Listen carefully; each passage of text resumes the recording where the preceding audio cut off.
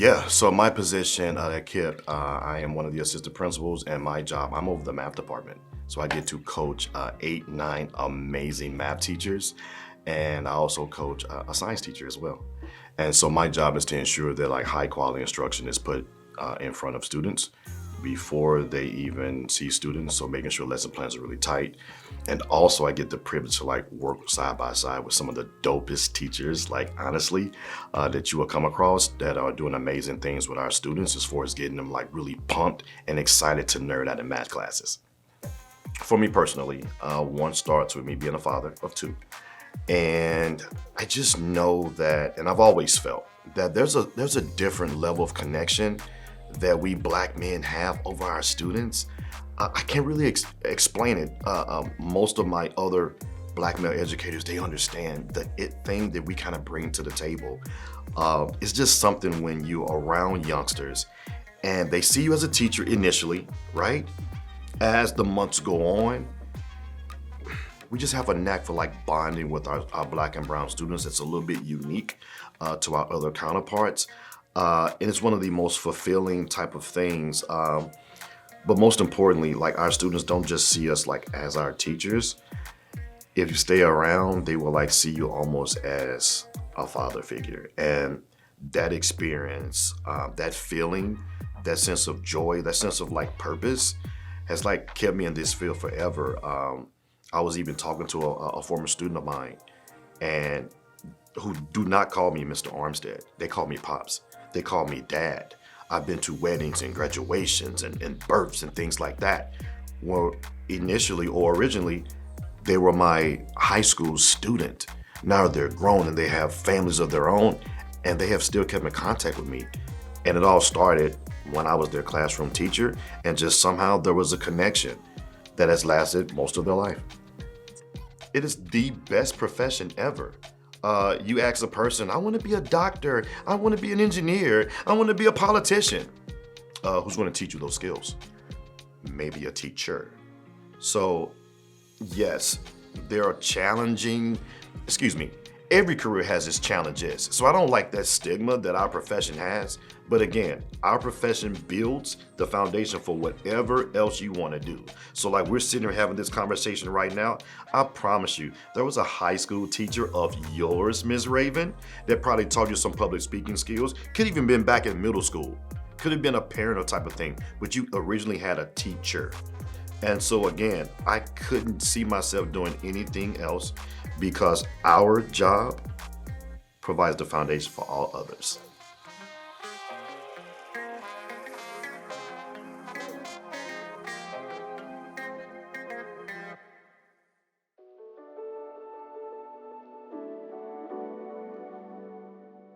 In my role, I serve the students anything outside the classroom. So it could be athletics, residential life, the dining hall, the bookstore, health services, because all these different departments report to me, and it's all about giving those students that holistic experience. So they can come talk to me about anything and I can point them into the right direction. What's kept me in the field of education is to know that I'm touching somebody's life. Each day I get up, I have an opportunity to make an impact. Okay, and I always tell the students, to the world you may be one person, but to one person you may be the world. And that's always left a lasting impact on them.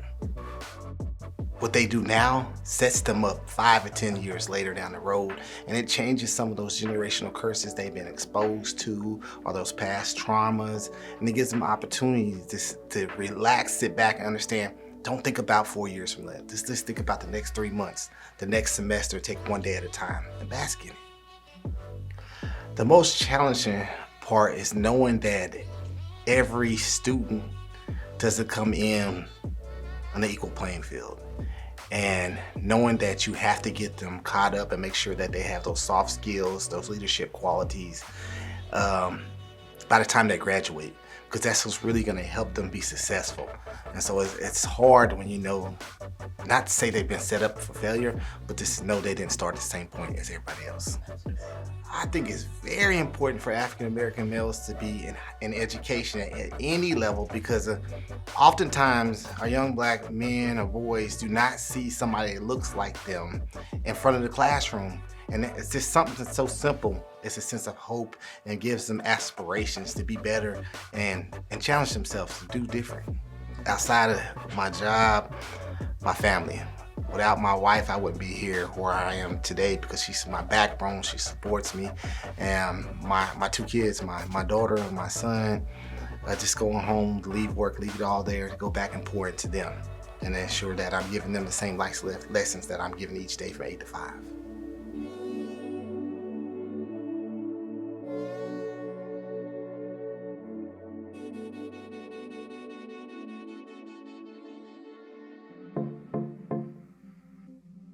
About 1996, my junior year of college, I kind of figured out education was the path for me. I was a business major in college, but I figured that education would probably give me the best opportunity to share my quote-unquote gifts with the world, and I thought teaching math would be it for me. The schooling I had really gave me a great mathematical background, and I figured I could share that with students. And I also feel, as the years have gone by, I can make math more or less therapeutic for students. For instance, not always getting into the numbers, but somehow talking your way around it and making them think a little bit more and letting them know that the connection with the real world is the most important thing with math. So it's not just the numbers that are so pie in the sky, but looking at what you do on a daily basis and how it can relate to the math world. I had a student, it was about 10 years ago, that really was struggling in math. And we spent some time before school working on things.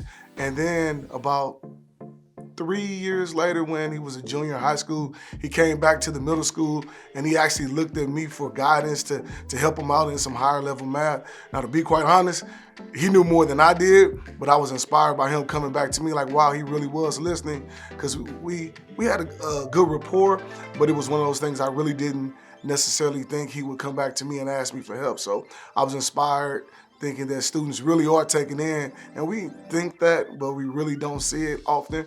But he came back to me looking for guidance and looking for some more support with his concepts in high school. Black youth are really at a point in which they need a lot of support, and having a black male teacher is going to be so important for our future.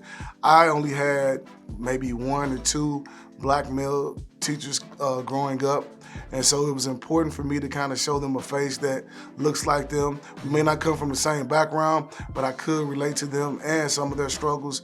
And although many people may feel like, well, we are of course different ages, there are still some things that as a youth you encounter that you can actually show them and help guide them through that maybe they don't see on a daily basis in their life.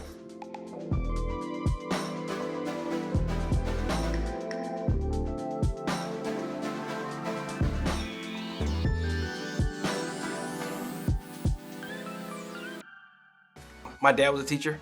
Aunts and uncles were teachers, so I come from a long line of teachers. Although I did not think I was going to get to this part, or be a teacher.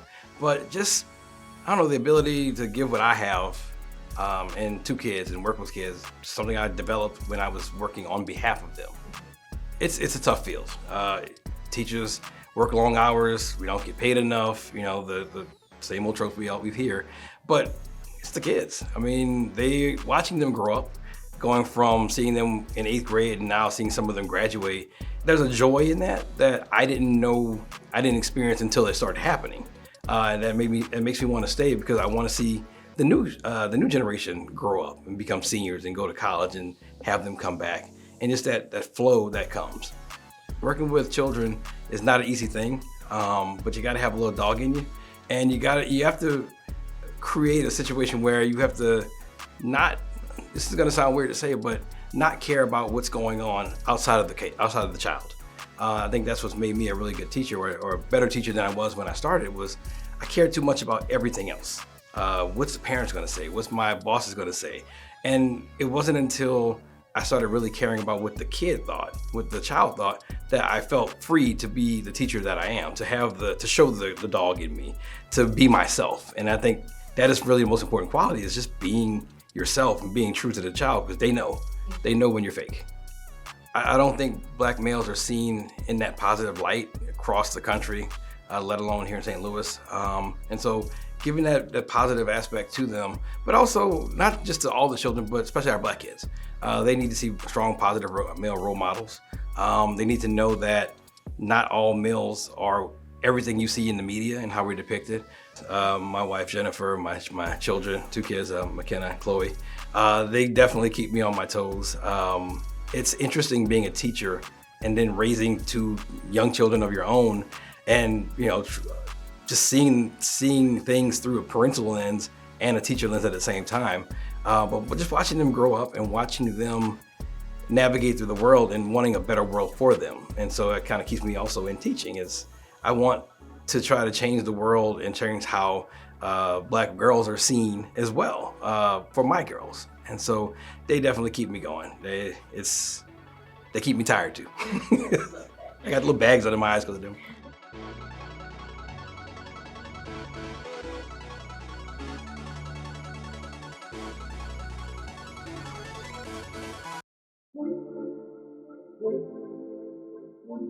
So I actually serve as the freshman administrator. A lot of my things come in terms of transition, really getting the 8th graders into the 9th graders, and really helping them develop. And so what I do is really help them communicate. I teach them around accountability, leadership, character. I look into the students' academics. I look into our attendance. I look into what is the culture and climate of our school. What does it feel like when you walk into our school? And so really want to make sure that I'm having those conversations, not only on the administrative level, but with my teachers, supporting the teachers and whatever they need in the classroom, supporting the students, supporting our athletics, and just making sure that, we're doing things to the best of our ability at the school. I am a first-generation college student, and so a lot was on me in terms of what am I going to do with my life? I've seen these routes. I'm the youngest of 8. I have seen every route you could go. And I really was like, how am I going to make sure that Chris is set forth? My community of Harrisville State University, like my HBCU, I love it. I wouldn't be here today without that school. That school believed in me when no one else did. I was a student who was kind of overlooked, and they believed in my leadership ability. So really want to give a shout out to Harrisville State University because they really did mold me into the leader I am. They molded me and gave me opportunities that I never thought I would see for myself. So for those who believed in me when I didn't even believe in myself, for those who believed in me when no one else was there, I definitely thank you. I always tell students it's not really about you, but to pay it forward. I want to teach that everything is going to continue when we're not even here. Like you said, my legacy is that it's going to continue that, I need to do this for someone else. I need to not give back, but pay forward. I need to help people and teach people and really ensure that this is what we want to do, right? I want everyone to know that you can have value, you can have quality things. It's not all about just the money, but it's about the process and intentionality of like how you're going to think about things. What am I going to learn from this? And also who you are as a person, as a character. I love teaching character development. I love teaching leadership skills. And so I look for all of my scholars to be great. That's it.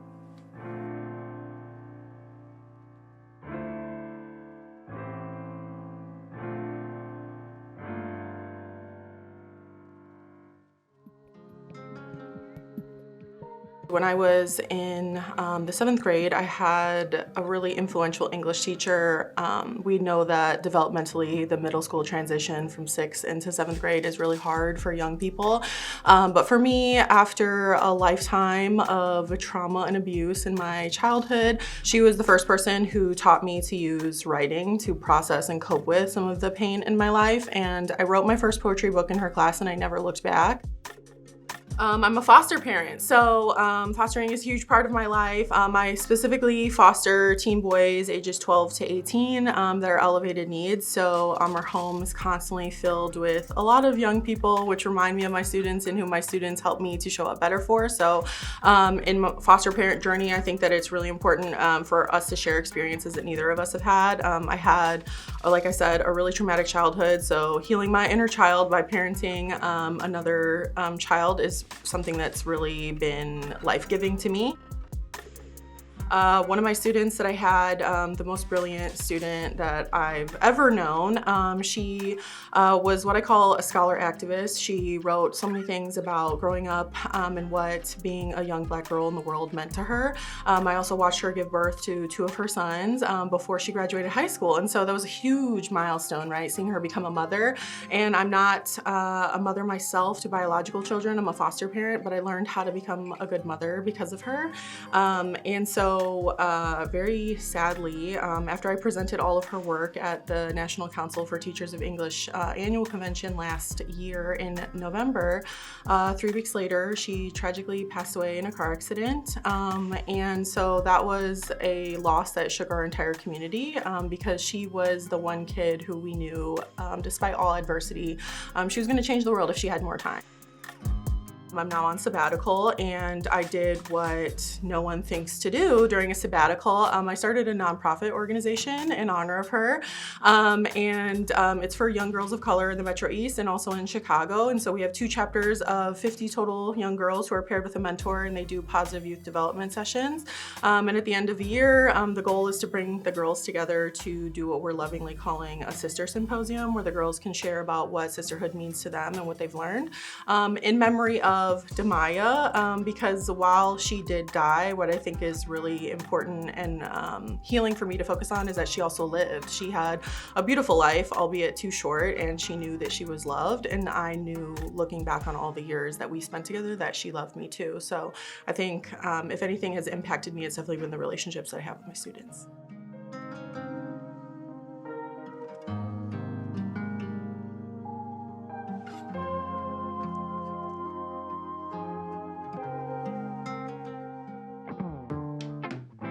I think what kept me in the field was a combination of working with young people and in that context, seeing them say, wow. In other words, it's the look on their faces when they make a connection.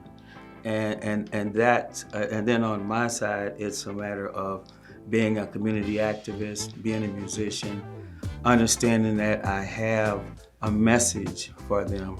And that message is really about global democracy and how we really do have a responsibility to each other to make sure that everybody in the world is taken care of. As Black men and as Black teachers in general, they really don't want us leading our young people and showing them how we have to question things that are not good for people and how we have to fight for democracy. We can be, and most of the time are, some really good role models, not only to our own people, but to the entire world. So it's important that our culture and history is respected and that we represent it properly.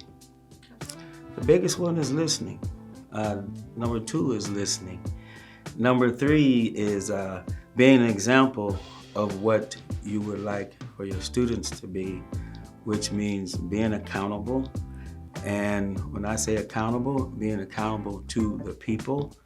And when I say the people, I'm talking about the same people that the Missouri state motto talks about, Salus Populi, Suprema Lex Esto, the welfare of the people is the supreme law of the land. That's the other thing about teaching.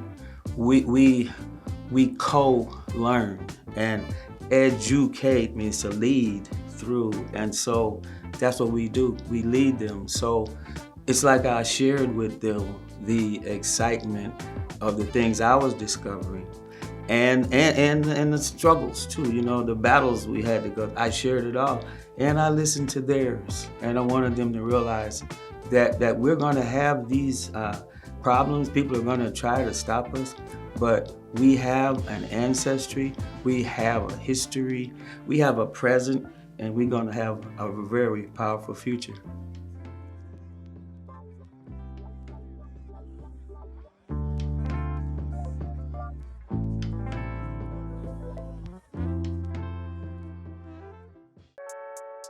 So I have always wanted to be an educator ever since I was a little girl. I used to line up my stuffed animals in my room literally and call it Miss Kendra's class. So I feel like I was born to teach. It was like a gift. Right off the bat, I knew that's what I wanted to do. So my mom was a teacher for 34 years in St. Louis Public Schools, and she loved it. She says to this day it's the best profession in the world. I also had some powerful elementary teachers. All my elementary teachers were African American, and they always instilled in us our Blackness and beauty in that. And so I don't know, I just always wanted to do it. I always wanted to be some type of positive influence in students' lives.